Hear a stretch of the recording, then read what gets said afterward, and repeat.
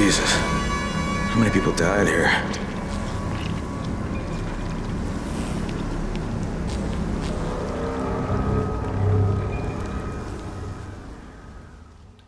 Hello everyone, this is Peter from TSA and I'm here with our Deputy Editor Tef. Welcome to a special little chat we're going to have all about Dying Light. Tef has spent a little bit of time with the preview build, so hopefully he's got plenty of interesting things to tell us about it. Let's get started. So, Tef. Hello. Dying Light then. It's from Techland? Yeah. Correct? Yes, that's right. You probably know Techland as the guys behind the Dead Island series. That was sort of like their main huge big hit that they've had in the last few years, and it was zombies as well as Dying Light, and they are more than happy to talk about it and like some of its flaws and stuff. And they, I think what's quite interesting is how they do address that Dead Island wasn't really a perfect game. When it came out it was quite buggy and stuff, but with Dying Light they really want to aim for something a lot bigger, a lot better, and it's zombies again, but they're starting from scratch almost, and they've got different types of zombies, they've got different style of gameplay, and hopefully not as many bugs as Dead Island had. I think that heritage kind of makes this a little bit more interesting, because Dead Island was obviously a game that was quite buggy in places, but it obviously had some very good ideas, and it was much beloved by many people. So I think if they can sort of develop those ideas, they obviously have a talent in the studio. If they can develop those ideas and extrapolate it into something that maybe irons out some of the bugs, that's quite interesting. Yeah, and I think it's also important because with Dying Light they've moved away from Deep Silver, and they're now working. Well, Warner Brothers is going to be the publisher on this game, and so it's also very important that they've got new ideas coming into it as opposed to just being a more polished version of what they had before. Yeah. So it is that kind of interesting balance and seeing how they can push on from where they were before.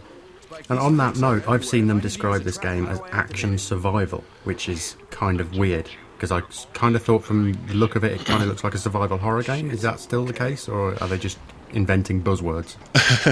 Well, yeah, I think it's quite accurate for them to describe it as that. It depends really on what's going on in the game at any given moment, because it does shift and change as you're playing. So like with Dead Island it was very much just like hack and slash, like kind of almost action RPG gameplay from the first person point of view, and the zombies were there just to like attack you and just like you just hack your way through them. But here it's almost like you aren't as powerful. There's more of a focus on like running away and like picking your fights. So yes, you do have weapons. You start off the game and you're handed basically a rusty wrench and a table leg, and you basically have to go out into the world, and you've got these handy tools for mashing things in the head. Table leg? Yeah, like a table. Yeah, not a table leg, like a bed leg, a leg from a bed. Bedpost. There we go. That's the word I was looking for. That's what I was struggling to say. And your character is quite funny because your character is just like, really? This is what you're giving me? It's just like, yeah, get on with it. Is there a lot of that kind of improvised weaponry in the game then? Yes, it's the same. You will have those kind of like electric weapons like you had in Dead Island later on in the game, but you start off and like I've been running around for a few hours now, and I've just got like a wrench, an adjustable wrench, which is somehow better than a French wrench, which I picked up earlier, or a rusty pipe. But you will be able to like upgrade them, make them more durable, because again, these blunt instruments of head trauma are not particularly durable.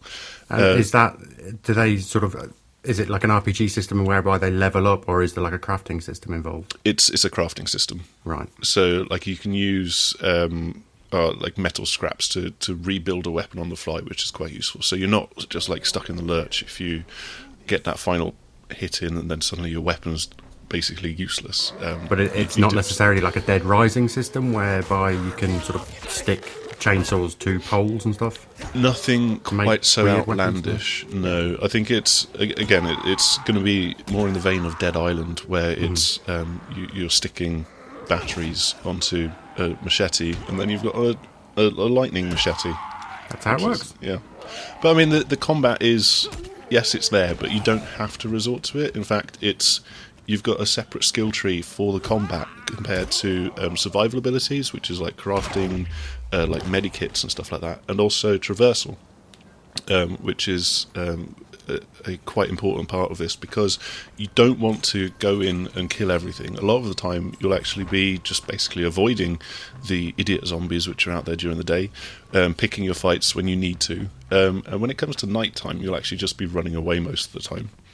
And is it just like straight up running away, or is there like a stealth mechanic involved in that? Well, yeah, so there's a day-night cycle, and during the day it's, as I said, that like the zombies aren't particularly bright. They're not really going out after you unless you get really close to them, or you start attacking them, or you make a lot of noise. But at night time, you get special infected zombies coming after you. The most dangerous of these is the volatiles, I think they're called, and these have got like crazy tendrils coming out of their split apart chests and faces, and nice. they're not particularly pleasant to look at, which is quite good because, well, no, in my case, what I actually did was I just turned off the flashlight and hid, basically. And this is then a much more stealth-oriented style of gameplay, where you are hopelessly outgunned, as it were, and you are basically on the back foot, and you're trying to get back to a safe zone. So I've heard about safe zones. Is it a case of getting to a safe zone and that being, then you're like 100% safe? Is it possible to hide in the normal environment and still be safe?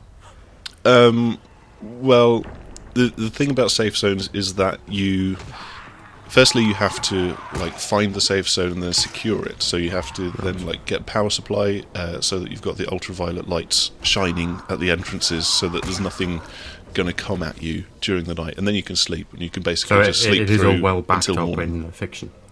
Yes, yeah. So the zombies don't like sunlight. That's why they're a bit dim during the day, and why a lot of stuff doesn't come out and attack you. But then it's the like ultraviolet lights and sunlight. That's what you use against the zombies when they are coming at you. I'm making notes for the impending apocalypse. Oh man, I think it's So it's zombies again. So it's like they've done Dead Island, that had zombies in it. Is there a difference between the enemy types here? Yeah, because the normal zombies which you see during the day, they don't really go for you. It's only really when you get to night time.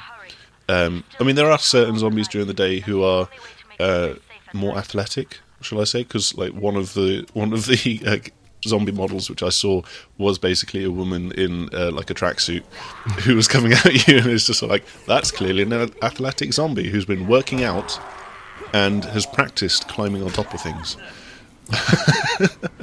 But then it's skill to have. Yeah, exactly. And then it's at night time that you get the much more dangerous stuff coming at you. You've got the volatiles. You've also got they do like to try. They're trying to mix things up a bit. So you've got there's a type of zombie called the bolter, and they only come out at night time, and then they only feast on already dead flesh. But they run away when they're feeling endangered. So there is a quest fairly early on in the game where you have to try and catch one of these zombies, and this is then dragging you and pulling you to play the game at night time and be out in this very, very hostile environment, and still make it through to, like, it's kind of almost like Far Cry 3 and 4, where you've got a map and you can see like the kind of hunting ground of the bolter, and so you have to try and sneak your way in there and then find the zombie and like take him down, although it will run off. And then there's that interesting interplay of you're chasing something, but you're also being chased by the volatiles who really want to kill you and eat you because they're hungry, because it's night time. So how does that traversal system work then? If you spend so much time running away, how does that work? Because the game's from a first-person point of view again, isn't it? It is from a first-person point of view. So it's I think the closest parallel would be to the Mirror's Edge game. Soon to be games, hopefully, fingers crossed. Come on, EA. And so it's got quite an interesting control scheme. So instead of having X to jump, it's actually on the R1 trigger. That is your jump, and then R2 is your attack. L1 is kick something, and L2 is like throw a grenade or like firecrackers to distract stuff. And Yeah, I mean, it takes a little while to adjust and get used to it, but once you do, it's actually quite effective, because then it's just like you can still use the face buttons to do things as you're running around, and I think it's quite good. But yeah, the traversal is very, very similar to Mirror's Edge in that you've got lots of ramps. You jump, you grab onto like a ledge, and you pull yourself up, and it's quite physical. It's quite weighty as well. You never really feel like you're very light, and I quite like how it feels, actually. I definitely think that's one of the best things about the game, the weight of your character and how it feels to get around the world. You never feel too sprightly. You can, of course, jump off buildings onto the more modern equivalent of hay bales, which is piles of rubbish. Well, yes, that makes sense. Yeah, tops of cars will apparently break your fall, which I don't think anyone should really try that out in the real world. But And your ankle. yes, yeah, pretty much. And I think you can even, like, as you level stuff up, you could probably jump on top of a zombie's head and just like smack it in the face and kill it and take it out in one go. It's quite. It makes quite a statement that they've given that kind of priority to the jump button, to put it on basically on one of what would traditionally be a weapon buttons on a controller. It speaks to how important the traversal is going to be to sort of getting in and out of combat. Yeah, I mean, it really does change the way that you're getting around the world as well, compared to Dead Island, because in that game you were very much on the floor. Like, yes, you could clamber your way on top of vehicles and get upstairs, basically. That was how you got on top of buildings and climb ladders and stuff like that. But here you now have, you are spending a lot more time on top of stuff, and a lot more time, like you can climb up, lampposts and stuff like that, and like do first-person platforming. Which, no, it's not the most. It's not the thing that people think of when they think of first-person games, but it does work quite well here. And even though it's slow, it does work.